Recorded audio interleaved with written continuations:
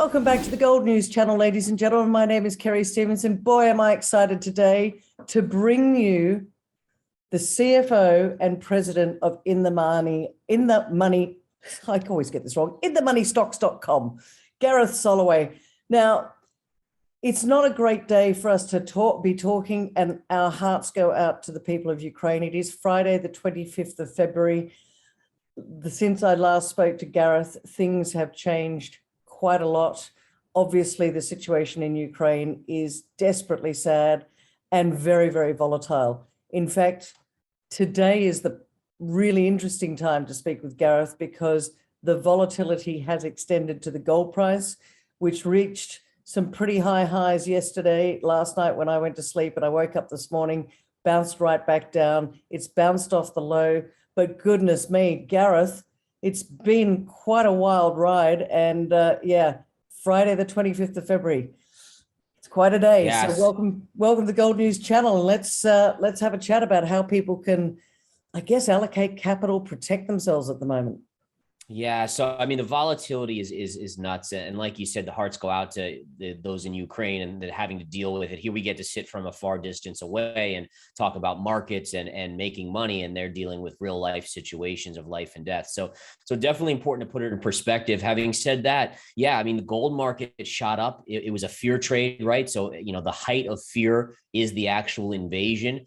And then, history shows us that same thing with stocks and Bitcoin. We saw a big sell-off and then the markets came back, Bitcoin came back, but it's very much like that in history. You see these initial reactions of utmost fear, and then people are like, okay, they kind of rationalize it and they come back to kind of that logical view. So I think that's what we saw in the in the gold market.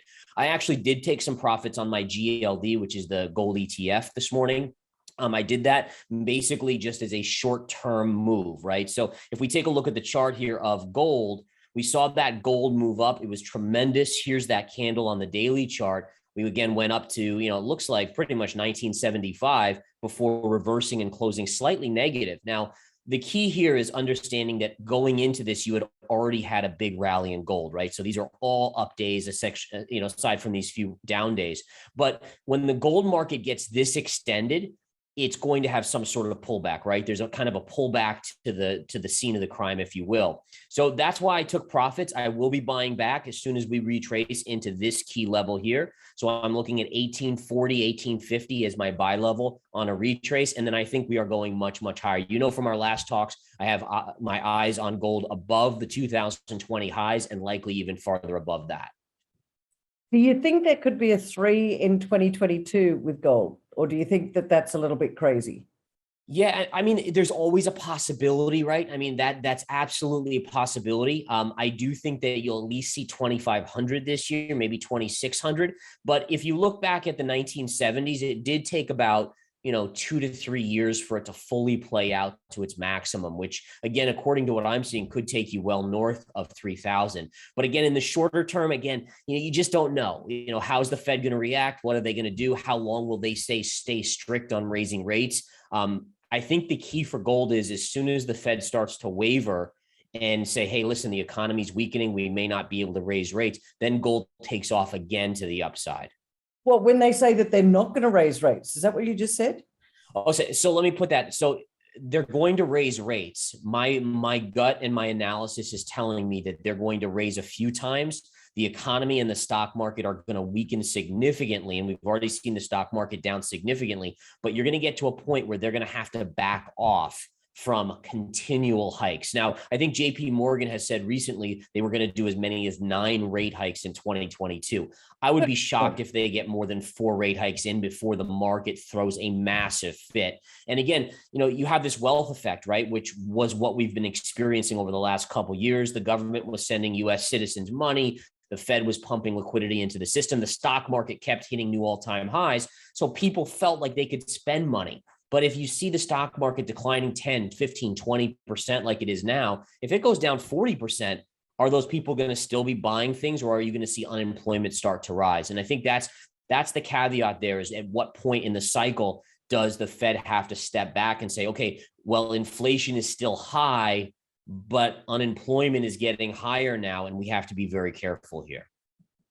You mentioned just then, Gareth, and I picked up on it. You said the market falls 10, 15, but then you said as much as 40%.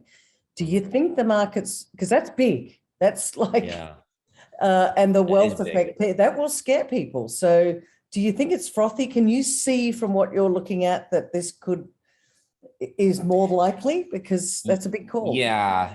I mean, so it's to me, it's an inevitable situation where you're going to see the market continue to come in. So again, here's your long-term trend on the S&P 500. Here's where the stimulus from COVID came in, and you can see the vertical nature of the markets. We've now broken down, which makes a lot of sense because the Fed is now saying, hey, we're going to pull back all the special measures we put into effect because of COVID. We're going to take that away. So in the very least, it means that we should come back into this range, right? And that's still a decent, distance lower just to get back into that upsloping trend line or this upsloping trend. My biggest concern is that can the Fed choreograph a gentle landing, meaning that are they going to be able to bring inflation down, raise rates enough to do so without causing the economy to slow down significantly? And I'm skeptical on that. Very, very hard. Because again, if you think about it, going into COVID, we were only seeing 1 to 2% GDP growth.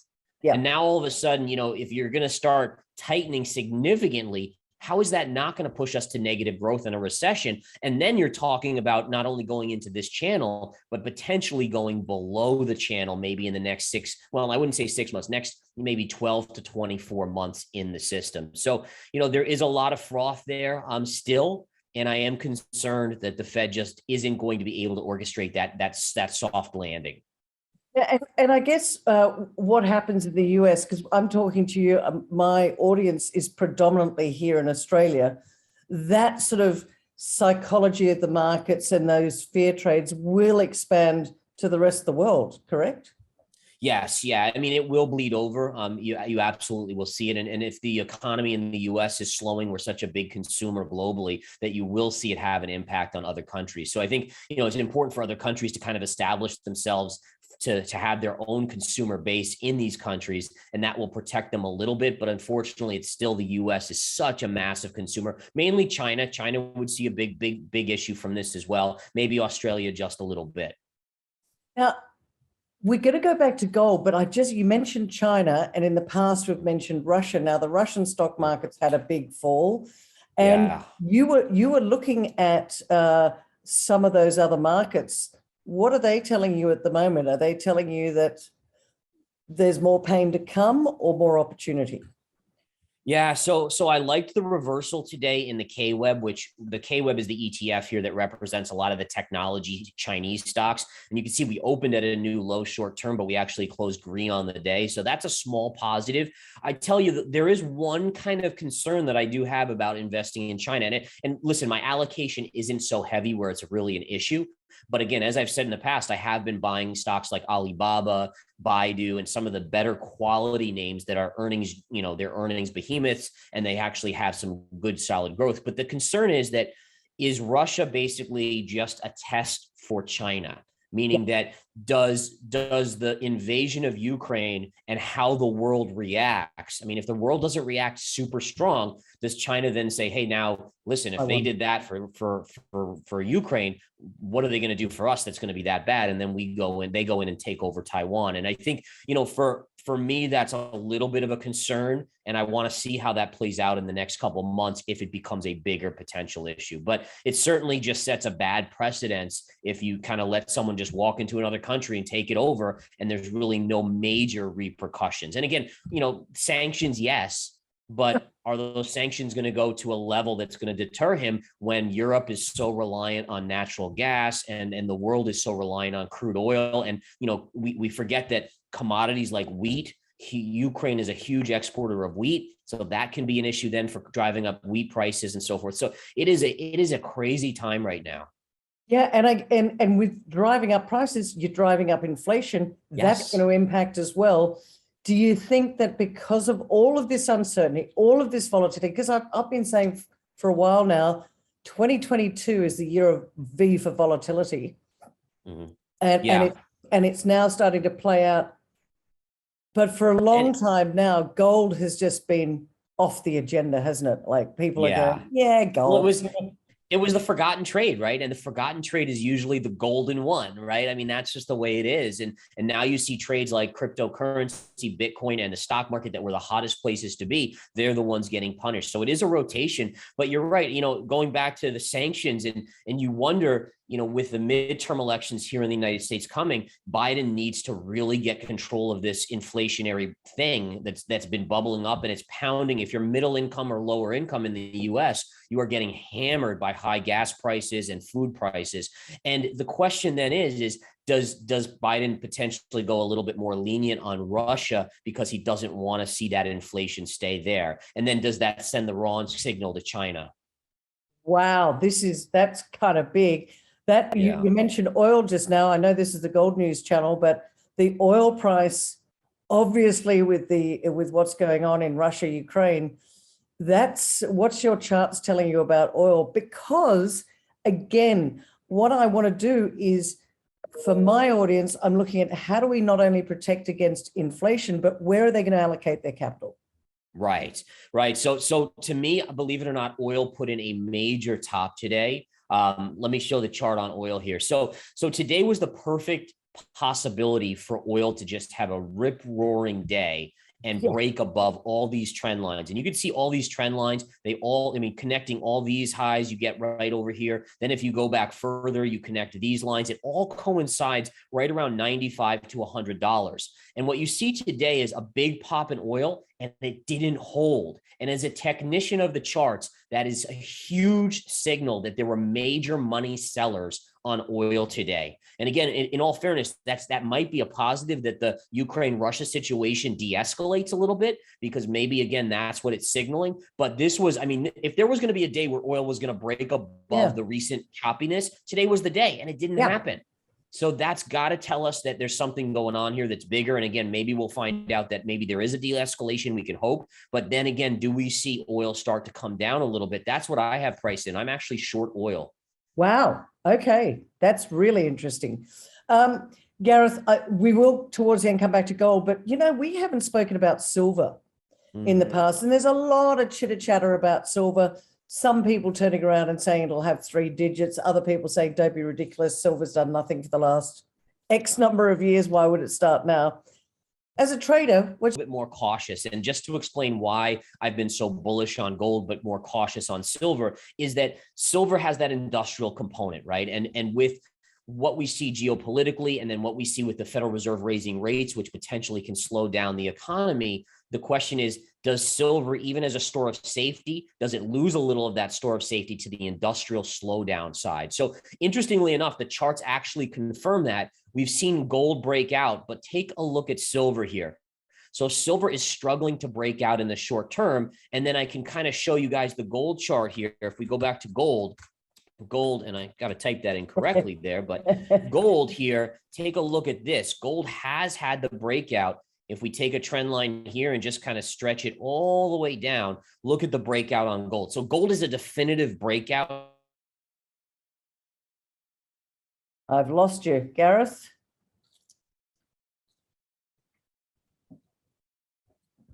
Oh, what a shame. Okay, we seem to have lost Gareth, so we will have to see whether he will come back. And that is at 25. Hey there. Yeah. I don't know what I must have said something someone didn't like. It's all good. A little bit of oh my goodness. What a day. What a day. That's the volatility coming in for us. Where did I leave off? Was I in the middle of silver right there? Yeah, we were talking silver. You were actually also talking about you went on to gold and how gold has started to really break out. So you did the silver and then we went into gold. Okay, so yeah, just going back to that. So you've seen gold break out of this kind of consolidation phase by connecting these highs. But again, notice how silver is telling us that industrial side of the slowdown is affecting it because silver has not broken out. So if we connect these highs, you broke briefly. And then if we zoom in here on this chart, and I'll have to do that right now. You can see you closed back below. So silver is struggling. I still ultimately think silver will break out. It's just going to need more clarity on how the Fed is going to slow the economy by how many rate hikes. So I think, again, for me, I want to stick with best of breed, which right now is gold. And then if we do see an economy that stays strong and there's no slowdown in demand for electric cars, for instance, or other things, then silver is a major player. This is short-term analysis, meaning that gold is short-term bullish as well as long-term. Silver for me is short-term neutral, but long-term bullish. So big bull on silver longer term. Okay, so a bull on silver and gold at the moment. Gareth, a lot of people look at gold mining stocks. They look at the ETFs. They look at GLD. What's your favorite child? So I do like the gold miners. The gold miners definitely are something we want to pay attention to.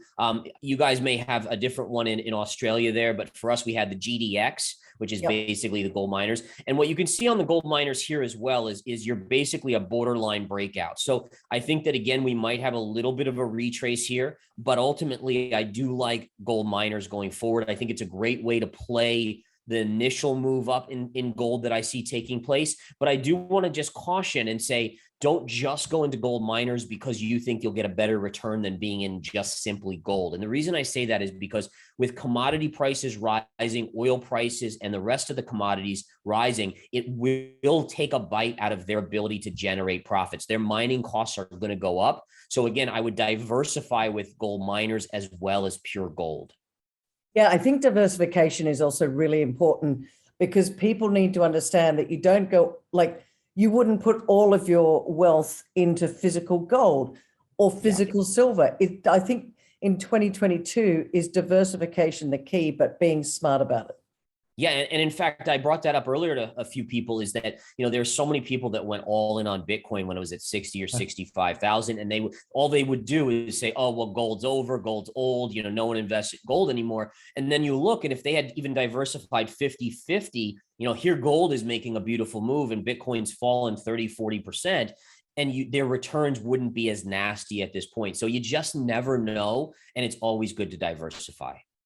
Are you still very bearish on Bitcoin at the moment? The last time we had a chat, Gareth, you were like, yeah, about 20,000, possibly even less. And I'm like, oh, there's going to be a lot of pain.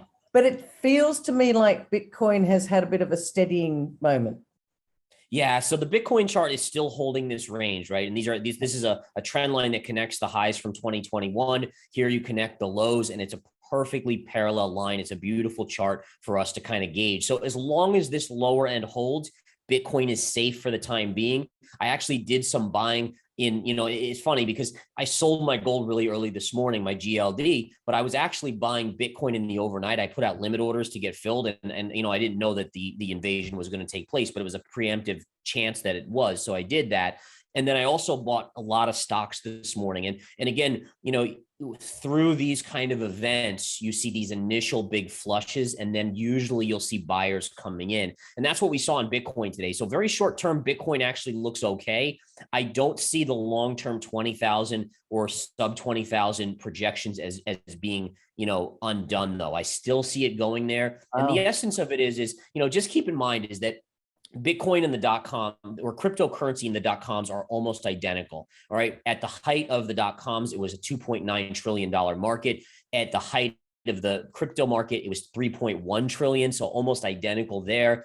You had the same things within the .com era. You had this feeling of like the internet is going to change the world. It's the place to be, and you with blockchain. I mean, I've heard the same things. Blockchain is here to stay. It's going to change the world. I agree with both. The internet was here to stay, as is blockchain, but it creates this hype, this kind of froth. And you now have something like 15,000 cryptocurrencies out there, a lot of them with $100 million market cap or even greater. We know $1 billion market caps, and that just is unsustainable. So for me, I think this is the beginning of a down cycle where you'll see a flush out of a lot of the cryptocurrencies. From the flush out, great things will emerge. I always bring up the Amazon case study where in the year 2000 at the height, Amazon was $110 stock. It went to $6, right? Wow. So again, it had this amazing drop, but if you had bought it at $6 or $8 or $10 or $20 or $50, you would have made a fortune holding on to it. In fact, let me show you this chart. This is just a good example of why long-term I really do like Bitcoin, folks. And again, I hate people when they just classify me, oh, he's bearish, because take a look at this. So here is the chart of Bitcoin, of Amazon. And here is a little M top that looks exactly like what we have seen recently on Bitcoin, right? Same M top, same replication. This was the .com collapse. Look at where Amazon is today. So believe it or not, yeah, this was $110 up here. This was like $6 down here. So, I mean, my point is that through adversity, it's very Darwinian in that way, what's going on or what needs to happen in cryptocurrency. But through it, you will see the best survive and thrive. The strongest ones will emerge. And I think there's a lot of upside on Bitcoin once you get through this period. So there's opportunity in Bitcoin. And if you have it, don't let the fear factor take over and sell out when it starts to drop, because that's the psychology of markets. Especially at this point. Yeah, and that especially at this point. I mean, you know, if you're in and now it's down from 69,000 to 38,000 or wherever it is, you know, you have to determine for yourself, obviously, if this is the point you want to exit, but certainly don't let the fear catch you. All right. Look back at history. And again, what's your thesis for investing in it? For me, I'm just short-term swing trading cryptos right now. Once we get to 20,000 or sub, then I will actually be really buying significant positions, which I will then tuck away as kind of an insurance policy against more money printing, which I inevitably think will happen. Ah, yes, the money printing machine goes on. Gareth, we don't have a lot of time left. I do want to hit, if we could, on platinum and palladium, because they're part of the precious metals basket, if you like. Are they going to behave in the same sort of way? Are you feeling bullish on those? What are the charts telling you on platinum and palladium? Yeah, so let's take a look at platinum here. So platinum, again, same sort of big reversal candle from this morning's big pop on platinum, and that obviously coming from the Russia invasion, but then kind of the fear factor running off. So, you know, believe it or not, you have a lot of support here around $1,040 on platinum. So that could be a buying opportunity. I think you'll get a little bit more selling in this, but that would be a nice little level. And if you look at the longer term chart, it's very similar. It doesn't look quite as good as the gold chart, but you still had this big move up, and now you've been consolidating. And you could arguably say that, let me redraw this line, that you did have a breakout on platinum here. So you can see pivot high, pivot high, pivot high, and it consolidated and then broke out. So again, I think you buy platinum when it gets back to that 1040, 1020 level. And I think it looks really good for potential further upside. Let's take a quick look at palladium. If I can type it in. Paladin. My gosh. It's called volatility. There we go. Yeah, my fingers on the keyboard, just sometimes not listening to my brain. So again, here you have the palladium chart. And again, big reversal today, big pullback. This is good consolidation. So you want to see it basically hold this area right here. Okay, this is an important area of support. It could go down to the lower end right here, but you do want it to hold this consolidation pattern here. So I'd be a buyer even down as low as 2,200, but I would rather not see it get below 2,200. I would be a buyer anywhere between 24 and 22, but you would hope as an investor that you don't break 22, as if it breaks 22, then it's going back to 2,000. Right. Got it. All right. Gareth, it's always fantastic to chat to you. Tell me or give some, I guess, words of wisdom to our audience, our Gold News Channel audience, of right now 3 things that you would be doing to, I guess, grow and protect their wealth. So I think, and I think I gave this one last time, continue to understand that it's going to be extremely volatile this year. So lower your share size, lower the amounts you're putting in. You can dollar cost average much easier when you start small. It's much less stress. We all need a lower stress level in our lives, I'm sure, especially these days. So think about that. Go small. Nothing wrong with small positions where you can add more. And then same thing. I think you want to realize that there's a fundamental shift here going on where the Fed is pulling liquidity out of the system, and because of high inflation. And ultimately, I think gold is going to do very well and continue to do well, and metals overall, but be careful still in stocks. I mean, you'll get these big bounces, you'll get these big pops, but I do think we are going down to the former trend, at least on the S&P 500, probably same trend. You could probably match that chart up perfectly with the market there in Australia. Okay, so be cautious, ladies and gentlemen, diversification. And Gareth is very bullish on gold, which, as you all know, I'm a gold nerd. I love the fact that he's bullish. Gareth Soloway, let's have a chat with you again in about a month's time here on the Gold News Channel. Fantastic to see you today. Stay safe, and thanks for your time. Thank you so much for having me. Have a wonderful rest of your day.